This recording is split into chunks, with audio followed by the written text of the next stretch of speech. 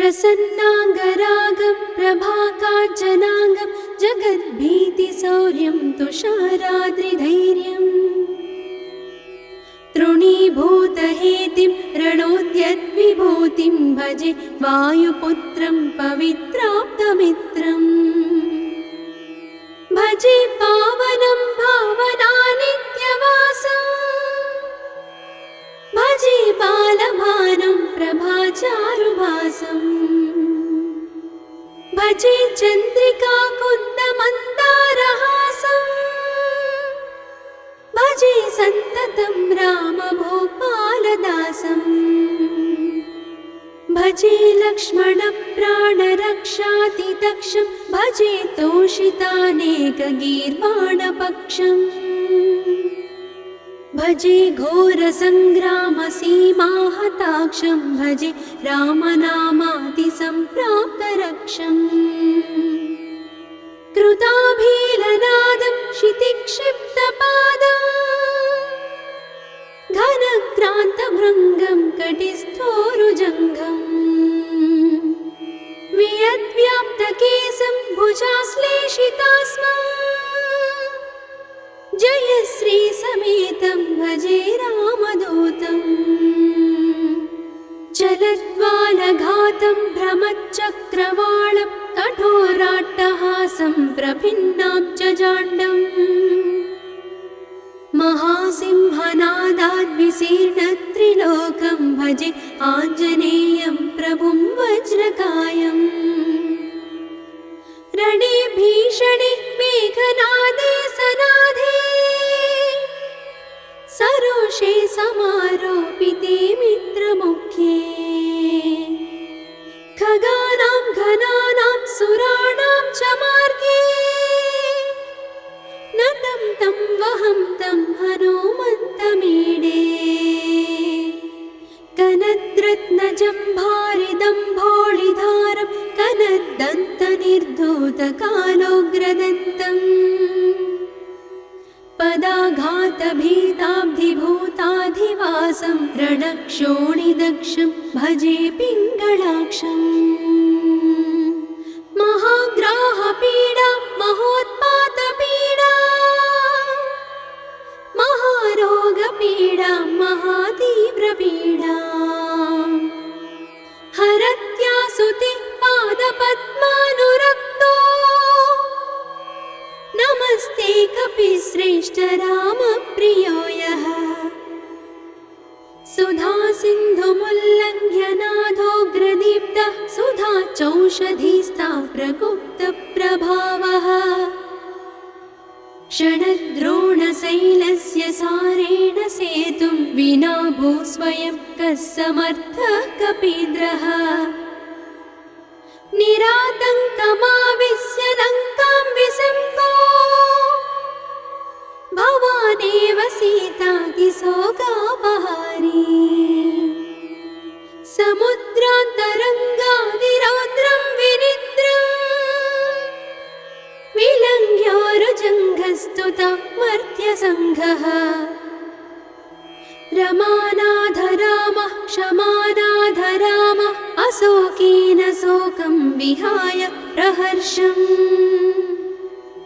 वनान्तर्घनं जीवनं दानवानं विपाट्य प्रहर्षात् हनूमान् त्वमेव जराभारतो भूरिपीडां शरीरे निराधारणारूढगाढप्रतापे भवत्पादभक्तिं भवद्भक्तिरक्तिं कुरु श्रीहनुमत्प्रभो मे दयाळो महायोगिनो ब्रह्मरुद्रादयो वा न जानन्ति तत्त्वं निजं राघवस्य कथं ज्ञायते मातृसे नित्यमेव प्रसीद प्रभो वानरेन्द्रो नमस्ते नमस्ते महासत्त्ववाहाय तुभ्यम् नमस्ते महावज्रदेहाय तुभ्यम् नमस्ते परिभूतसूर्याय तुभ्यम् सत्यकार्याय तुभ्यम् नमस्ते सदा ब्रह्मचर्याय तुभ्यं नमस्ते सदा वायुपुत्राय तुभ्यम् नमस्ते सदा पिङ्गलाक्षाय तुभ्यं नमस्ते सदा रामभक्ताय तुभ्यम् हनुमद्भुजङ्गप्रयातं प्रभाते प्रदोषेऽपि वाचार्थरात्रेऽपि मर्त्यः पठन्नस्नतोऽपि प्रमुक्ताघजालः सदा सर्वदा रामभक्तिं प्रयाति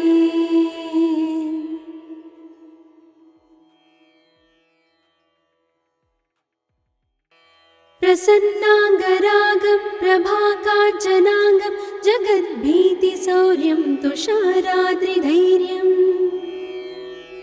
तृणीभूतहेतिं रणोद्यद्विभूतिं भजे वायुपुत्रं पवित्राप्तमित्रम् भजे पावनं भावनानित्यवासम् भजे बालभानुं प्रभाचारुभासम् भजे चन्द्रिका कुन्दमन्दारहासम् भजे सन्ततं रामभूपालदासम् भजे लक्ष्मणप्राणरक्षातिदक्षं भजे तोषितानेकगीर्वाणपक्षम् भजे घोरसङ्ग्रामसीमाहताक्षं भजे रामनामातिसम्प्राप्तरक्षम् कृताभीलनादं क्षितिक्षिप्तपादम् घनक्रान्तभृङ्गं कटिस्थोरुजङ्घम् वियद्व्याप्तकेशं भुजाश्लेषितास्मम् जयश्रीसमेतं भजे रामदूतम् चलद्वालघातं भ्रमच्चक्रवालं कठोराट्टहासं प्रभिन्नाब्जजाण्डम् महासिंहनादाद्विशीर्णत्रिलोकं भजे आञ्जनेयं प्रभुं वज्रकायम् रणे भीषणे मेघनादे सनादे सरोषे समारोपिते मित्रमुख्ये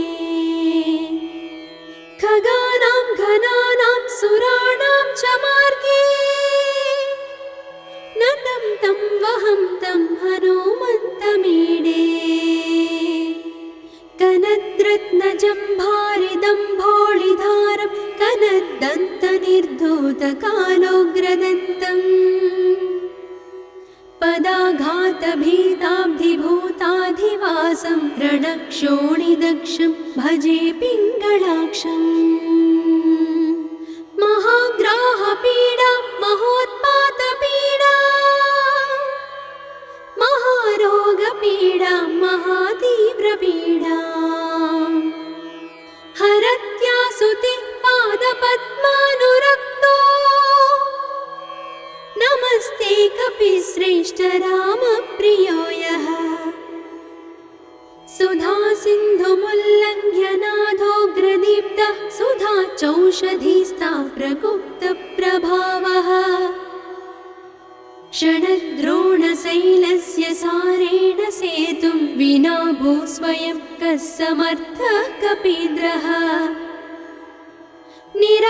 निरातङ्कमाविश्य लङ्कां विसम्पो भवानेव सीतातिशोकापहारी समुद्रान्तरङ्गादिरौद्रं विनिद्रम् विलङ्घ्योरुजङ्घस्तुता मर्त्यसङ्घः रमानाथ रामः क्षमानाथ रामः अशोकेन शोकं विहाय प्रहर्षम्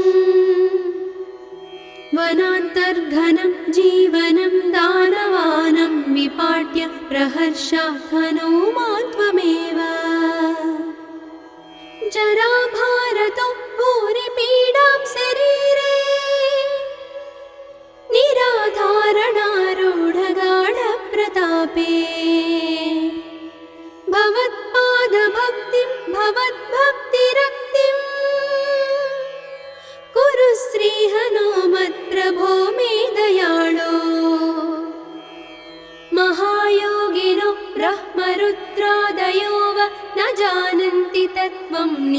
राघवस्य कथं ज्ञायते मातृसे नित्यमेव प्रसीद प्रभो वानरेन्द्रो नमस्ते नमस्ते महासत्त्ववाहाय तुभ्यं नमस्ते महावज्रदेहाय तुभ्यं नमस्ते परिभूतसूर्याय तुभ्यं नमस्ते कृतामर्त्यकार्याय तुभ्यं नमस्ते सदा ब्रह्मचर्याय तुभ्यं नमस्ते सदा वायुपुत्राय तुभ्यं नमस्ते सदा पिङ्गळाक्षाय तुभ्यं नमस्ते सदा रामभक्ताय तुभ्यं हनुमद्भुजङ्गप्रयातं प्रभाते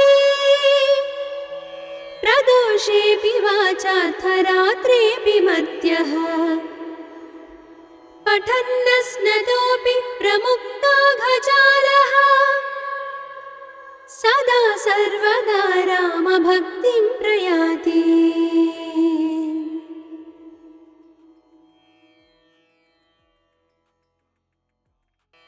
प्रसन्नाङ्गरागं प्रभाकाञ्चनाङ्गं जगद्भीतिशौर्यं तुषाराद्रिधैर्यं तृणीभूतहेतिं रणोद्यद्विभूतिं भजे वायुपुत्रं पवित्राप्तमित्रम्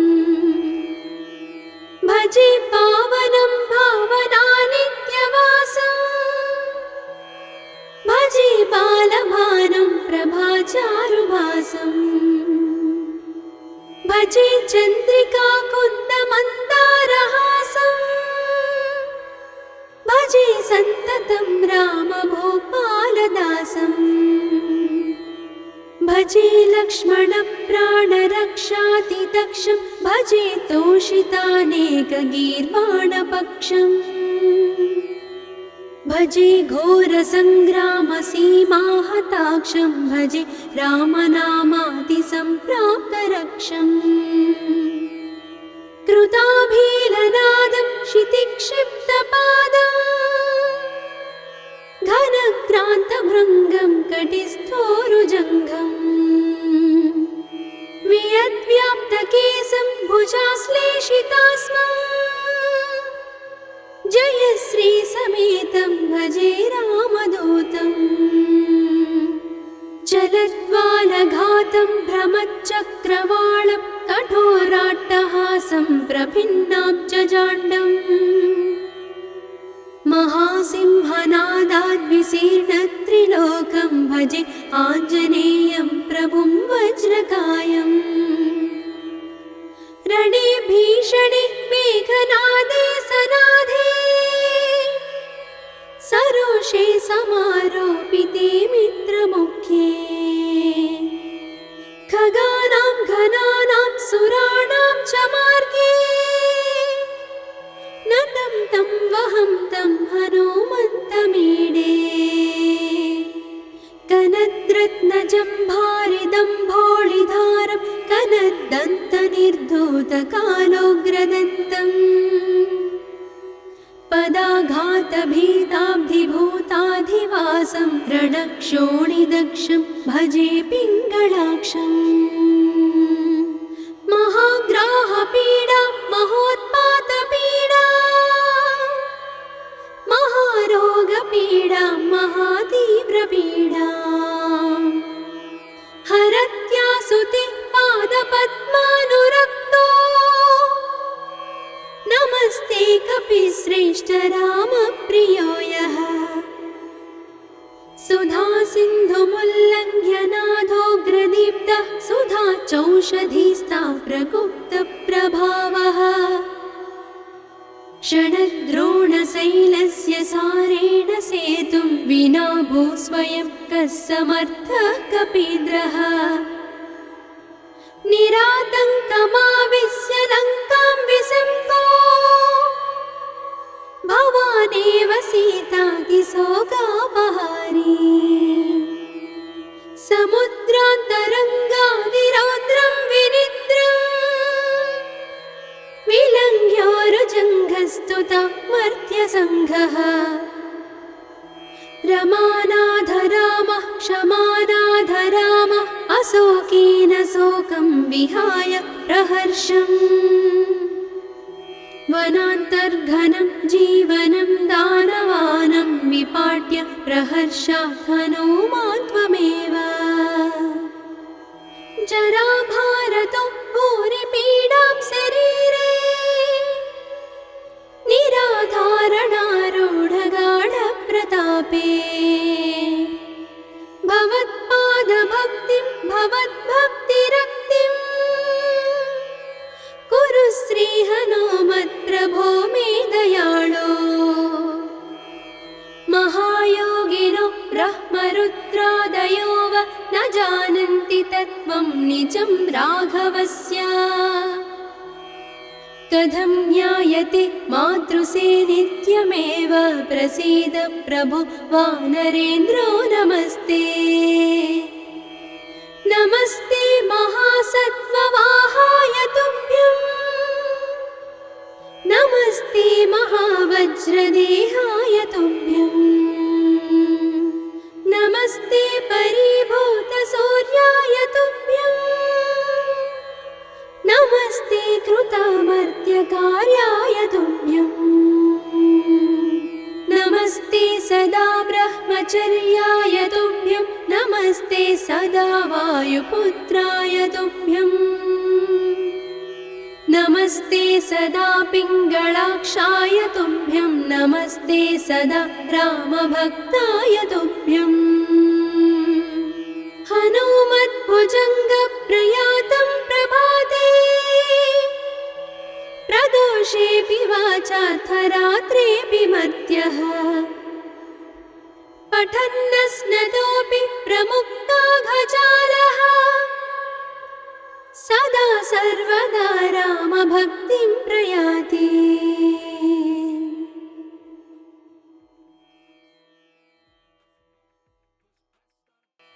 प्रसन्नाङ्गरागं प्रभाकाञ्चनाङ्गं जगद्भीतिशौर्यं तुषाराद्रिधैर्यं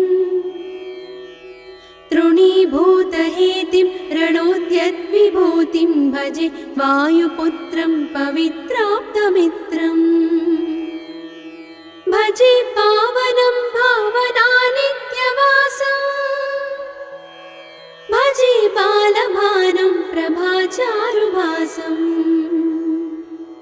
भजे चन्द्रिका कुन्दमन्दारहासम् भजे सन्ततं रामभूपालदासम् भजे लक्ष्मणप्राणरक्षातिदक्षं भजे तोषितानेकगीर्वाणपक्षम् भजे घोरसङ्ग्रामसीमाहताक्षं भजे रामनामातिसम्प्राप्तरक्षम् कृताभीलनादं क्षितिक्षिप्तपादं घनक्रान्तभृङ्गं कटिस्थोरुजङ्घम् वियद्व्याप्तकेशं भुजाश्लेषितास्मम् जय श्री समेतं भजे रामदूतं चलद्वालघातं भ्रमच्चक्रवालं कठोराट्टहासं प्रभिन्नाब्जजाण्डम् महासिंहनादाद्विशीर्णत्रिलोकं भजे आञ्जनेयं प्रभुं वज्रकायम् रणे भीषणे मेघनादे सनादे सरोषे समारोपिते मित्रमुख्ये खगानां घनानां सुराणां च मार्गे नतं तं वहं तं हनुमन्तमीडे कनद्रत्नजम्भारिदम्भोळिधारं कनद्दन्तनिर्धूतकालोग्रदन्तम् पदाघातभीताब्धिभूताधिवासं रणक्षोणिदक्षं भजे पिङ्गळाक्षम् महाग्राहपीडा महोत्पातपीडा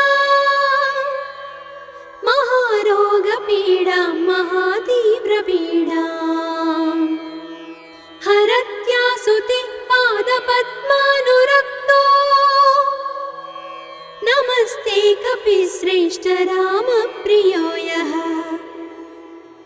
सुधा सिन्धुमुल्लङ्घ्य नाथोग्रदीप्तः सुधा चौषधीस्ता प्रगुप्तप्रभावः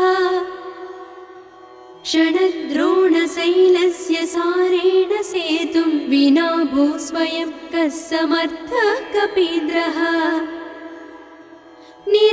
निरातङ्कमाविश्य लङ्कां विसम्पो भवानेव सीतातिशोकापहारी समुद्रान्तरङ्गादिरौद्रं विनिद्रम् विलङ्घ्योरुजङ्घस्तुता मर्त्यसङ्घः रमानाथ रामः क्षमानाथ रामः अशोकेन शोकं विहाय प्रहर्षम् वनान्तर्घनं जीवनं दानवानं विपाट्य प्रहर्षात् हनूमान् त्वमेव जराभारतो भूरिपीडां शरीरे निराधारणारूढगाढप्रतापे भवत्पादभक्तिं भवद्भक्तिरक्तिं कुरु श्रीहनुमत्प्रभो मे दयाळो महायोगिनो ब्रह्मरुद्रादयो वा न जानन्ति तत्त्वं निजं राघवस्य कथं ज्ञायते मातृसे नित्यमेव प्रसीद प्रभो वानरेन्द्रो नमस्ते नमस्ते महासत्त्ववाहाय तुभ्यं नमस्ते महावज्रदेहाय तुभ्यं नमस्ते परिभूतसूर्याय तुभ्यं नमस्ते कृतामर्त्यकार्याय तुभ्यं नमस्ते सदा ब्रह्मचर्याय तुभ्यं नमस्ते सदा वायुपुत्राय तुभ्यं नमस्ते सदा पिङ्गळाक्षाय तुभ्यं नमस्ते सदा रामभक्ताय तुभ्यं हनुमद्भुजङ्गप्रयातं प्रभाते प्रदोषेऽपि वाचार्थरात्रेऽपि मर्त्यः पठन्नस्नतोऽपि प्रमुक्ताघजालः सदा सर्वदा रामभक्तिं प्रयाति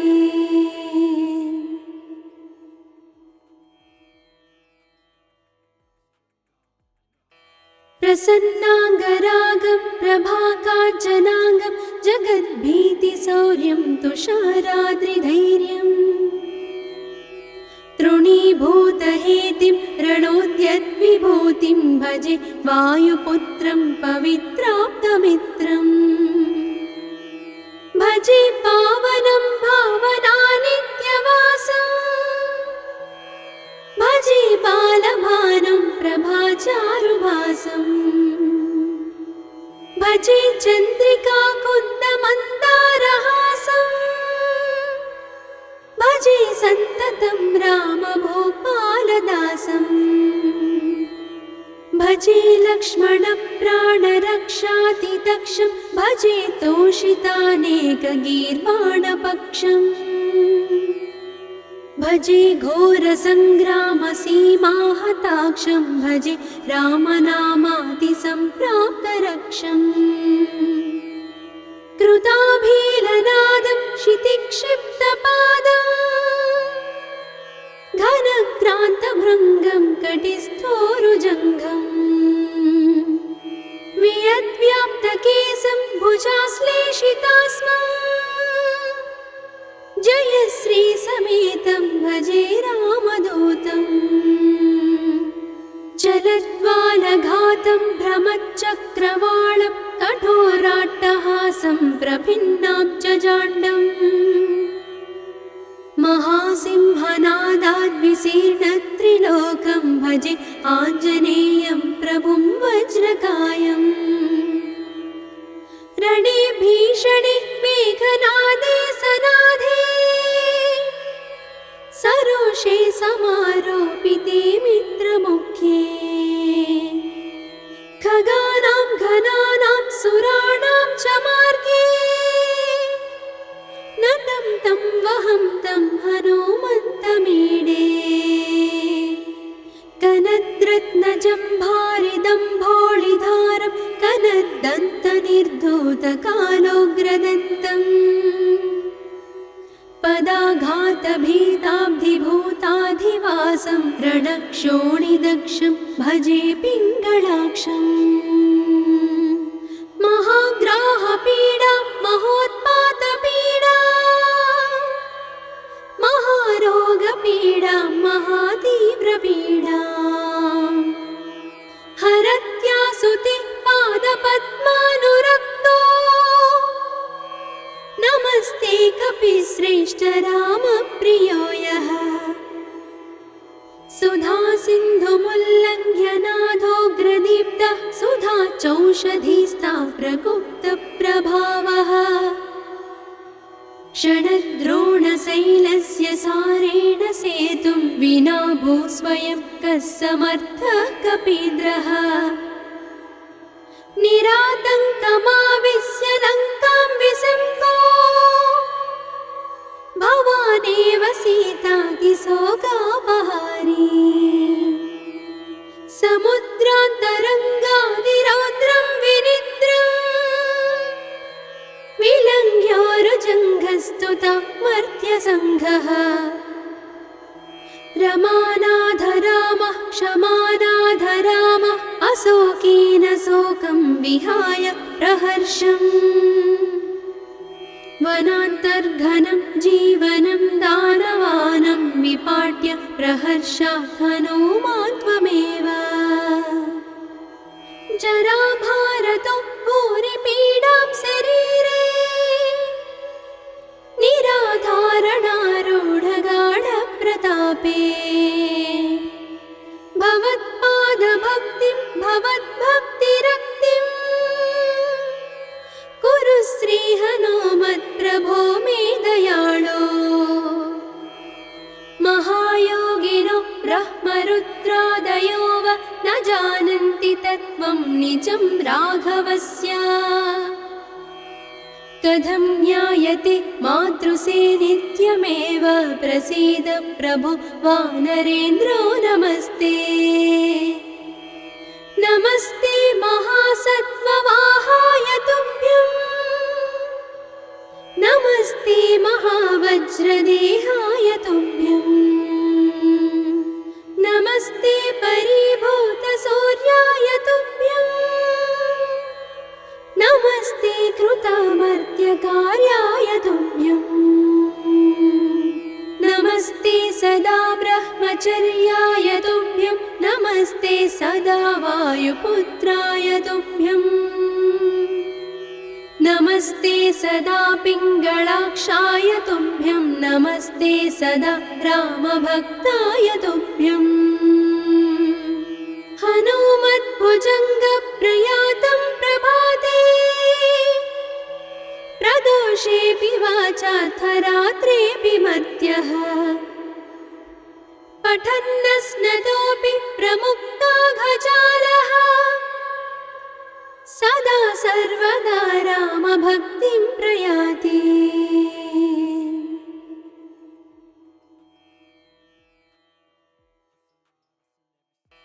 प्रसन्नाङ्गरागं प्रभाकाञ्चनाङ्गं जगद्भीतिशौर्यं तुषाराद्रिधैर्यम्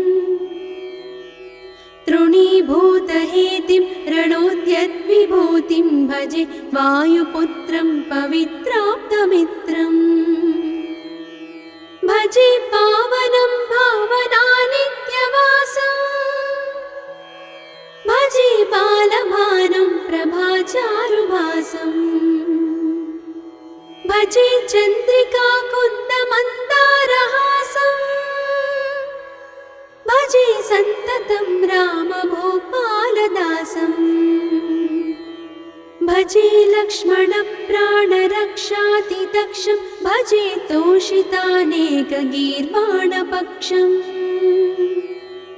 भजे घोरसङ्ग्रामसीमाहताक्षं भजे रामनामातिसम्प्राप्तरक्षम्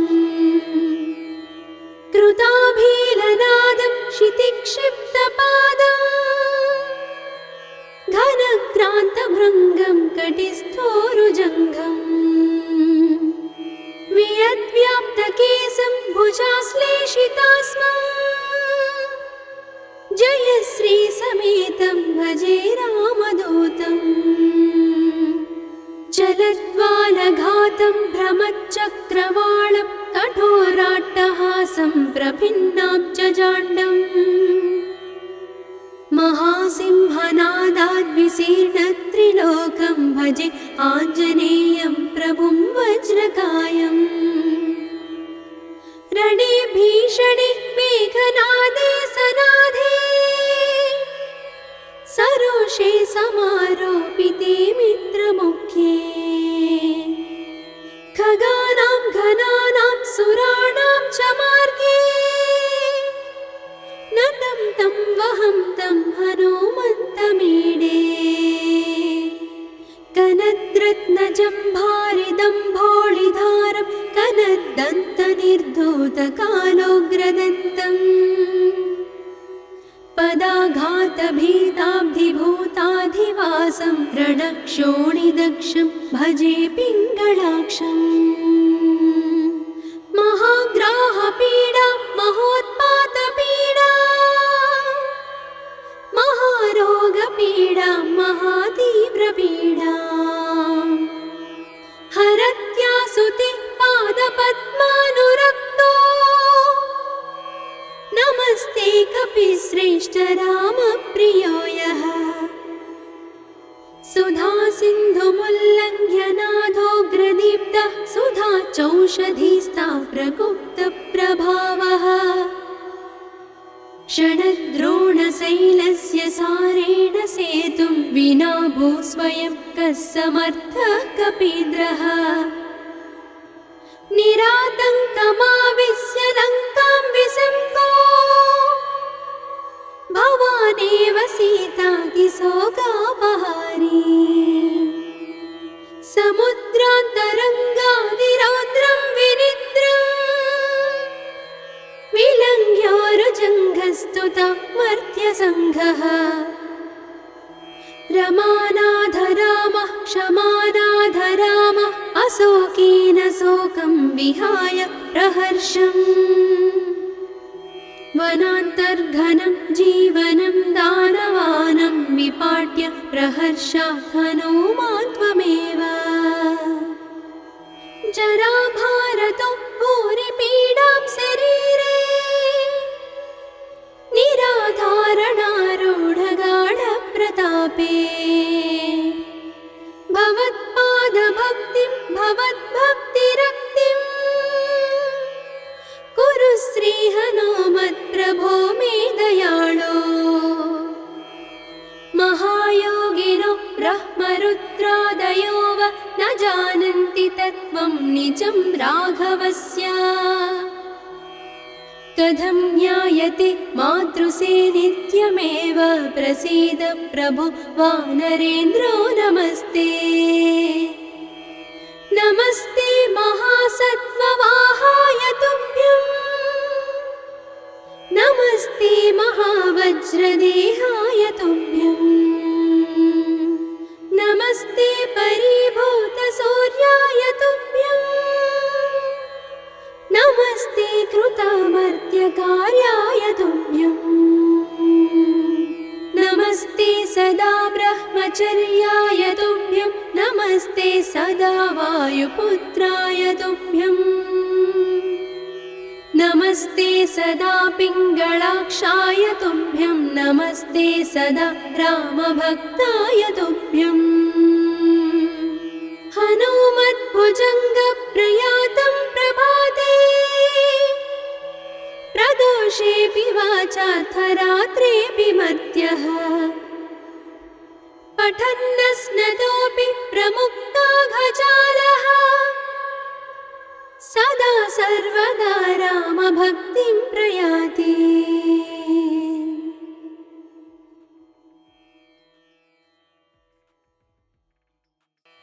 प्रसन्नाङ्गरागं प्रभाकाञ्चनाङ्गं जगद्भीतिशौर्यं तुषाराद्रिधैर्यम् तृणीभूतहेतिं रणोद्यद्विभूतिं भजे वायुपुत्रं पवित्राप्तमित्रम् भजे पावनं भावनानित्यवासम्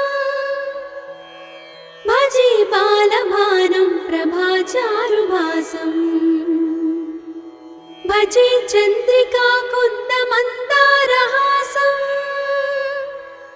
भजे सन्ततं रामभूपालदासम् भजे लक्ष्मणप्राणरक्षातिदक्षं भजे तोषितानेकगीर्वाणपक्षम् भजे घोरसङ्ग्रामसीमाहताक्षं भजे रामनामातिसम्प्राप्तरक्षम् कृताभीलनादं क्षितिक्षिप्तपादम्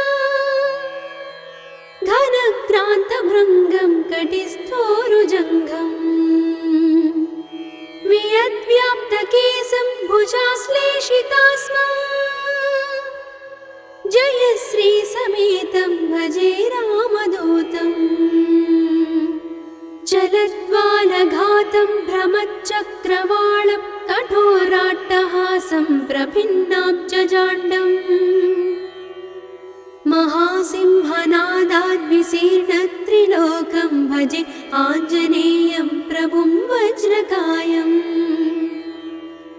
रणे भीषणे मेघनादे सनाधे सरोषे समारोपिते मित्रमुख्ये खगानां घनानां सुराणां च मार्गे नतं तं वहं तं हनुमन्तमीडे कनद्रत्नजम्भारिदम्भोळिधारं कनद्दन्तनिर्धूतकालोग्रदन्तम् पदाघातभीताब्धिभूताधिवासं रणक्षोणिदक्षं भजे पिङ्गळाक्षम् महाग्राहपीडा महोत्पातपीडा महारोगपीडा महातीव्रपीडा हरत्यासुते पादपद्मानुरक्तो नमस्ते कपिश्रेष्ठ रामप्रियो यः सुधा सिन्धुमुल्लङ्घ्य नाथोग्रदीप्तः सुधा चौषधीस्ता प्रगुप्तप्रभावः षडद्रोणशैलस्य सारेण सेतुं विना भूस्वयं कः समर्थः कपीन्द्रः निरातङ्कमाविश्य लङ्कां विसम्पो भवानेव सीतातिशोकापहारी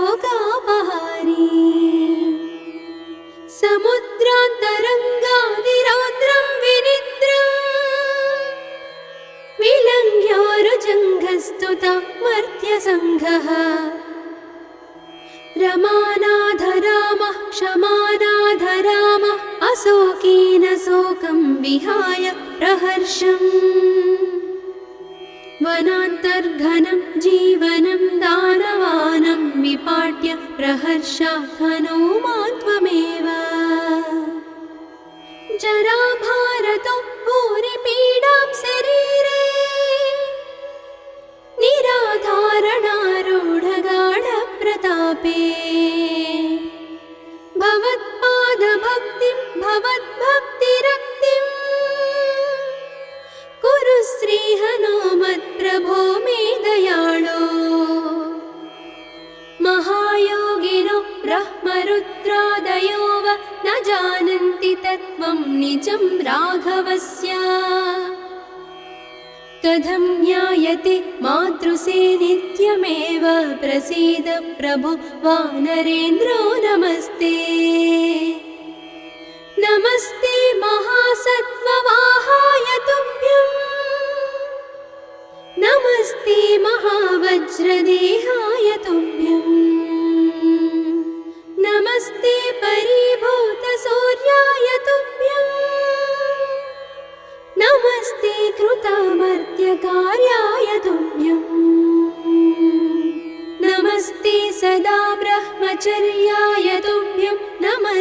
सदा वायुपुत्राय तुभ्यम्